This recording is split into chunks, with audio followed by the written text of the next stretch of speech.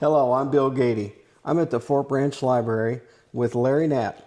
We're trying to capture local stories and history of the area.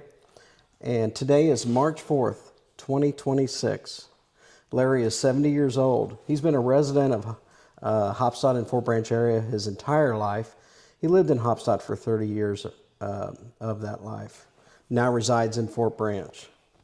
Today we're going to talk about Al's One Stop, its history in Haubstadt, and why it's an interesting focus for this historical oral history project that we are doing. Al's One Stop service station was at Gibson Street and Race Street, which is the approximate center of town. And in many ways it was the center of the town's activity at times. We want to let people know who you are, Larry, and the history of Al's, and talk a little bit about the expectations and some of the more interesting stories over the years. So I introduced Al's One Stop as a service station. What makes the Al's One Stop you knew then as what the expectations are today? What it was when it was built in 1955 from the documentation I had seen, and we come along and purchased it in about 63 or 64, but it was built as a gas station, and that's what the cities, the petroleum companies had at that time. Mm-hmm. It was branded as a Sinclair. Across the street was a Standard station in town. That was owned by Mal Ralph. My father and Louis Reedford worked there way back in the day. And then also there was Jack Schulteis's station, which was on the east side of the tracks. And it was a DX station that later Seneco bought out DX. And then there was another gas station within that mile proximity that was set out on Highway 68 in front of what was Abe Dilbeck's place. Mm-hmm. And then Mal Ralph had the Standard station, and the Ralph family also owned the Lakeview truck stop. Mm-hmm. So when you look at it geographically, there's probably 5 within a mile. That's incredible. Yes, just gas stations. And our gas station had a 2-bay garage. Originally, back in the day, you purchased gasoline at these things. You drove in for full service, which I'll usually fail to give you. And but we had a rack to change oil and grease cars, and then we had a wash bay. Those were the primary things that businesses like that did back in the day. Mm-hmm. My dad was a fair salesman, and he was mechanically inclined, so we did more. We took on shocks, exhaust, tires, brakes, different light service work, and then if we had the space, we would do heavier repair also. Mm-hmm. Mm-hmm. The building expanded. We put the 3rd bay on it and made it big enough to pull a school bus in, because Dad at that time drove a bus and needed somewhere to service it. Mm-hmm. And then several years later, we added a metal building for storage on the side. Mm-hmm. Let's just continue down this path of the Al's One Stop history. And so you bought it from Ray Wolf. It was built in about 55. So Al Knapp is your father. Yes. And he bought it, and that's where it got its awesome name, Al's One Stop.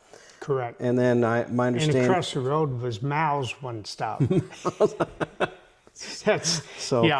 Okay. So Mal, that was the current, or Dave, more recent history, Dave's Auto. Yes. Right. Uh-huh. And now Chris Mal McDonald Ralph works on it. sold that to Bob Schmidt. Okay. And Bob Schmidt sold that to David Elpers.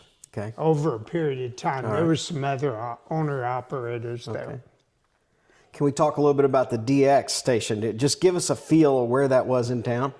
Where the Carriage Inn is, mm-hmm. across the street to the east is a building that's now a hydraulic shop. Yes. And that was Jack Schulteis's gas station. I'm going to use that term again. Mm-hmm. And they had a little retail space in the front. The pumps set right along the street, and our pumps were on an island that were on our lot off the street, but Jack sat right out there.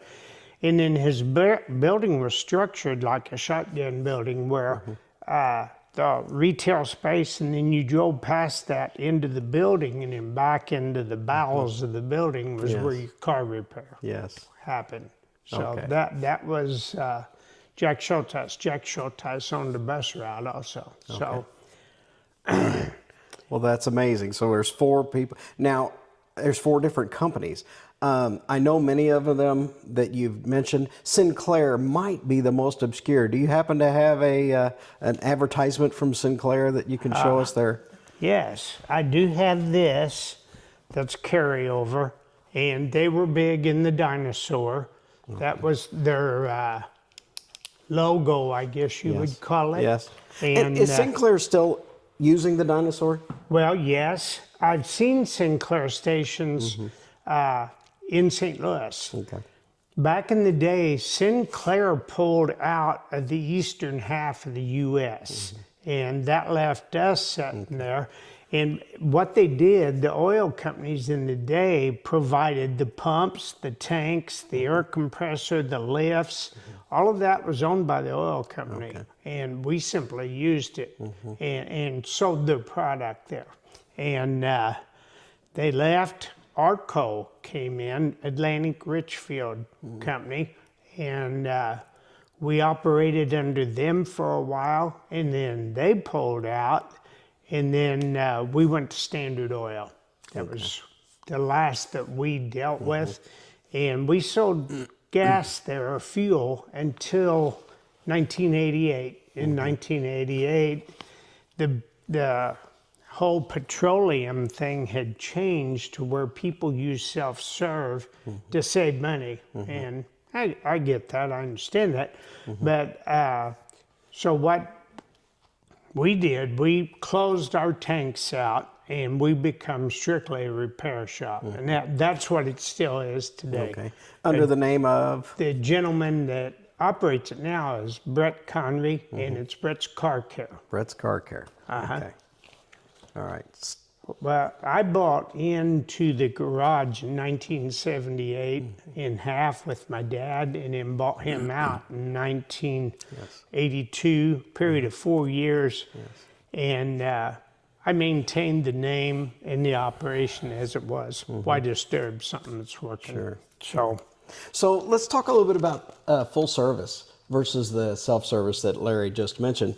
What did the full service look like? I mean, and why did we do that back then? Well, we had a pump island that had the pumps on it, and then there was a hose that ran out there. So when a car drove in, it rang the bell, and whatever you were doing inside had to stop so you could go outside and pump gas.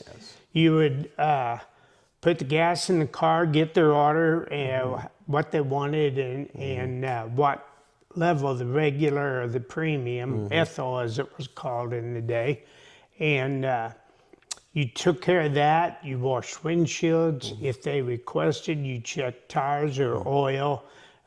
Just a glance over the car. And then automobiles back in the day needed that attention. Today, go to any self-serve gas station and look for a car with hood up, where someone is checking a dipstick. It doesn't happen anymore. People and cars are much more reliable than they were back then. Consume a little oil, that was the standard of the day for the automobile. And machining techniques and everything have gotten better, and they just don't need that level of attention anymore. So I remember, you know, in a level of transparency, I actually worked for you and for Al's One Stop from 1978 until 1981. Those were my high school years. Learned a lot of great things there. And I got to tell you, that hose that ran out across the island, every time a car would come, you hear ding, ding, or if you heard a ding, ding, ding, ding, you know, that was either somebody messing with you or, you know, jumping up and down on the hose. Or, those things happen too. But, very distinctive. And yes, in the middle of the night, you'd hear a ding ding, and you'd jump out of bed, go pump somebody's gas. My God, someone needs fuel. But yeah, we changed a lot of tires, fixed a lot of tires. Yes, repaired a lot of tires. Oil changes were a big thing. Yes. Back in the day, everybody ran around on what we would call Maypops. Maypops, yes. Yes. So let's talk about I mentioned that Al's One Stop was in the center of town, and in some ways was the center of the community. Let's talk about that. Today we go maybe to a convenience store and we pick up our chips or whatever and a drink, and you're out. What was it like? Well, back in the day, we sold a lot of things through that little office, and I can remember the soft drink machines, candy machines. Dad even had a freezer in there and sold ice cream bars. And I asked him about that when I was younger. Why do we do these things? And he's told me that nothing he does will make a living, but if you put everything together, you start to come out pretty good at the end of the day. That included the bus and all the little retail knick-knack things. We used to be a gathering point in the evening for anybody, I would call them teenagers up to early 20s, and the place would be more crowded after we were closed than it was when we were open. Let's talk about those kids. I think that's very interesting. Who else, when people are watching this oral history, who else are they going to recognize the name of that worked there? Steve Wilsbacher, David Wilsbacher, Kerry Wilsbacher, Kevin. Who was before the Wilsbachers? I don't know that there was. I don't remember because Steve was working there as my memories there began. And I spent my summers there. Dad must have had an incredible amount of patience to put up with all the things I would ask and do.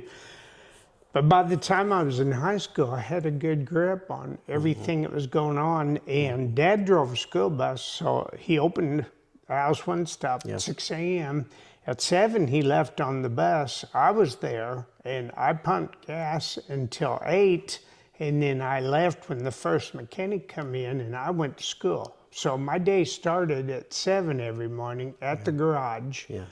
And well, I think that's a great historical element. Right. And thank you for sharing that. Let's talk about the end of the day, or what it looked like through the day and then at the end of the day. Okay, well, oh gosh, there's so much to cover there. I don't know quite what to hit on, but the garage was open until 8:30 at night. So every other night you worked from 6 to 8:30 to close, and you shut it down, and then somebody else did it the next night, and then you come back the next night. Through the day, though, like in the summertime, it was just standard repair work every day.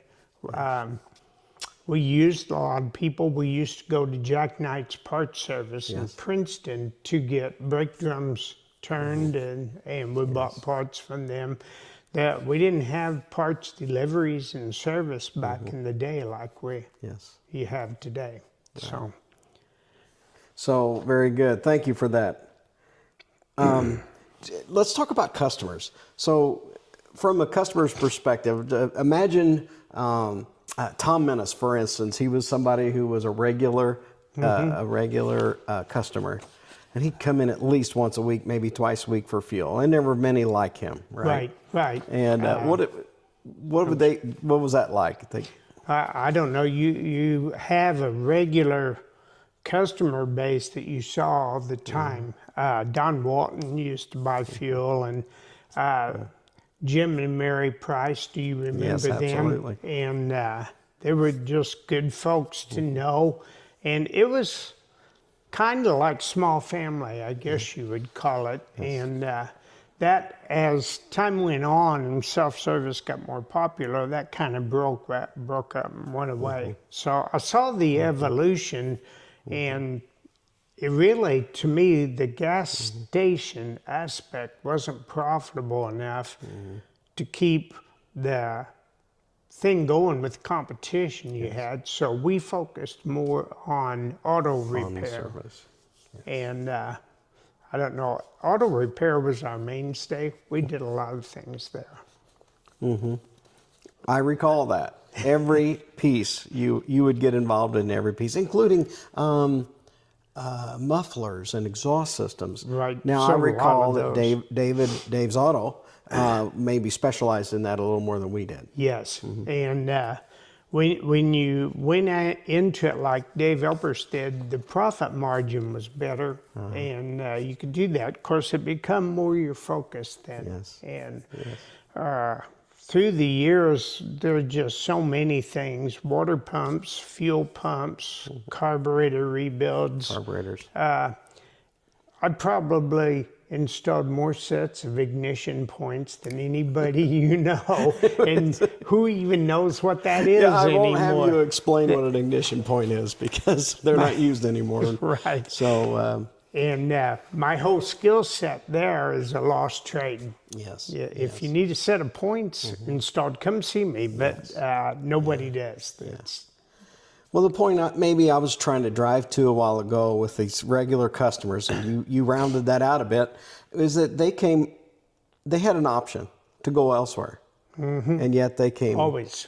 to Al's One Stop, even though you could probably buy it a few cents less, maybe down in Evansville or out on Highway 41 or something. And back in the day, a few pennies was big money to folks. Yes. It's not like it is today. I mean, we live in a time of abundance. Back then, it was scratch. Yes, very good. And that's maybe what I'm trying to get across through the oral history is that piece we lose the perspective. Yes. Yes. So And how the petroleum industry evolved. It was much more efficient for your jobbers to make semi-drops at stations or at, self-serve stations than it was. Well, our capacity back when we bought that garage was like 6,000 gallon. And a semi-trailer will hold 7,200 gallon. So we couldn't even hold a full semi-trailer. Plus, when we purchased, we bought it from an oil jobber. Your brother is an oil jobber. And that whole thing has changed. Yes. So we bought from Whitehead's in Princeton, and they were the St. Clair jobber, and then they changed to Atlantic Richfield, and then when we went to Amoco or our Standard Oil, that eventually come to Harry Martin. Okay. So what did you do till 8:30 at night when all these extra people were there? Folks were coming in the evening, maybe gathering point, as you said. That's a good question, because about 6 o'clock, repair work was wound down for the day. Dad and whoever else mechanic was gone home by then. And then the only thing we really did was clean up and pump gas. That was our responsibilities. After we closed, they would come in, and it was not always a legal beverage. So it was a gathering point for young people, and days were different. And well, we drank a lot of beer there, to be honest with you. And Well, Herb Larry, Beatty took my beer away from me several times. Who'd you say? Herb Beatty. So Herb Beatty was the Haubstadt sheriff. Yes, And- he was the marshal, and he drove his family car.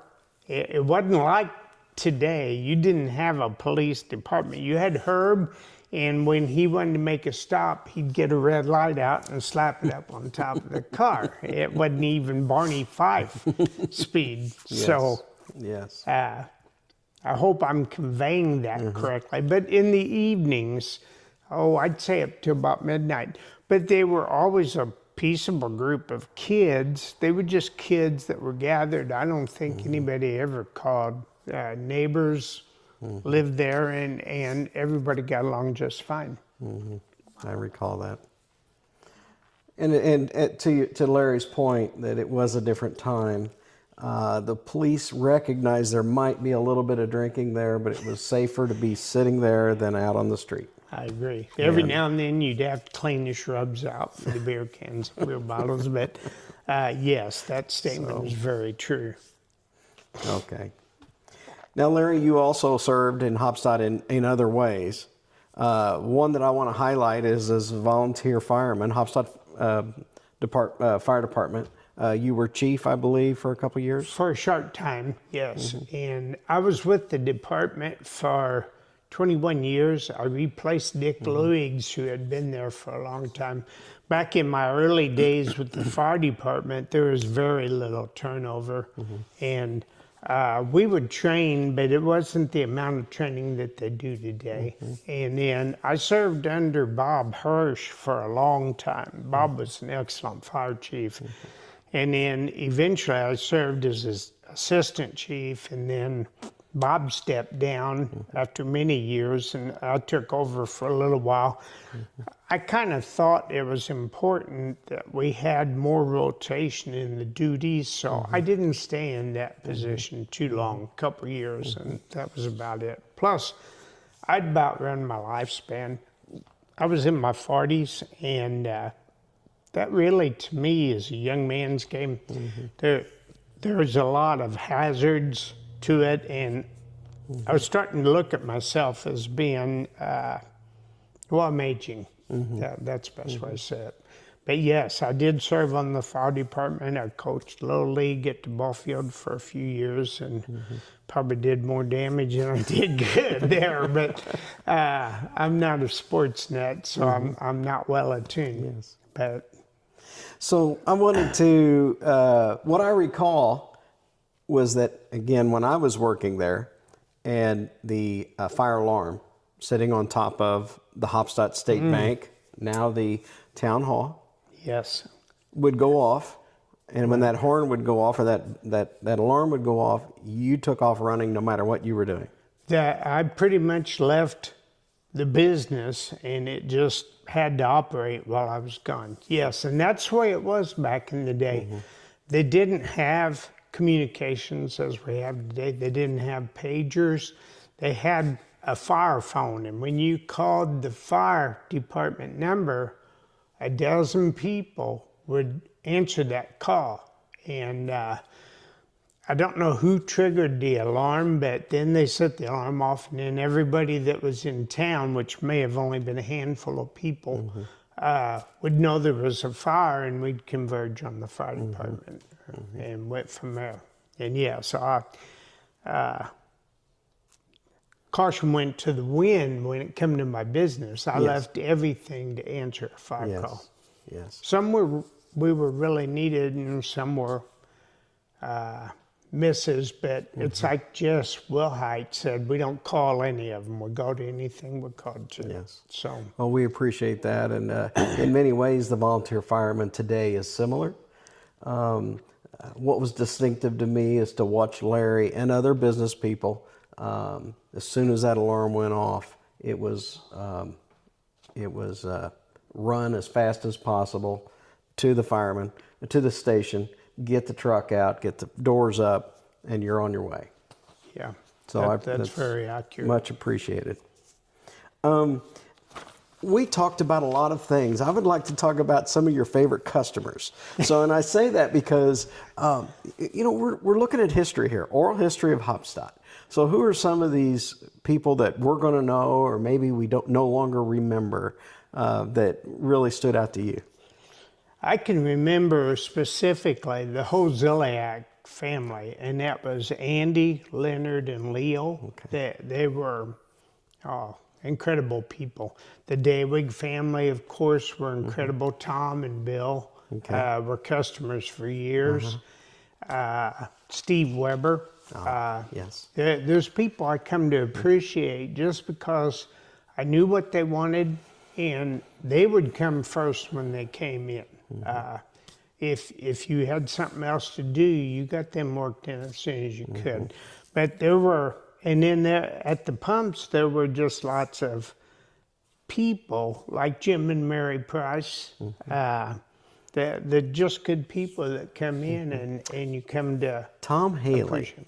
Yes, I forgot about him. Tom would come down. We'd open at 6. For years, Dad would make a pot of coffee. I continued that on, but Tom would come down, and him and Dad would drink coffee at First Eye. Dad would leave on the bus. Tom would go down to the steakhouse to trim steaks, and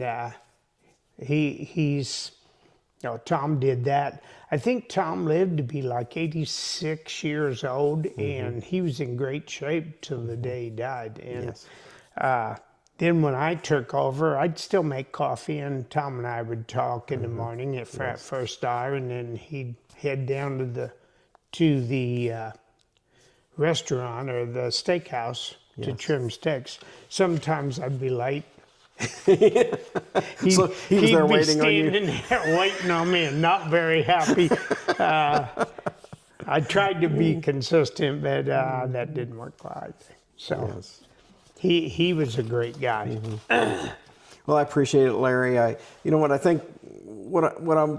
To wrap it up, I think about where the role that you played as a gas station with a few convenience items to today's convenience store, which has gas and a wide variety of drinks and pizza and chips, and we had usually one of each kind of thing, and now I think you could get about 20 different kinds of cigarettes out of the machine.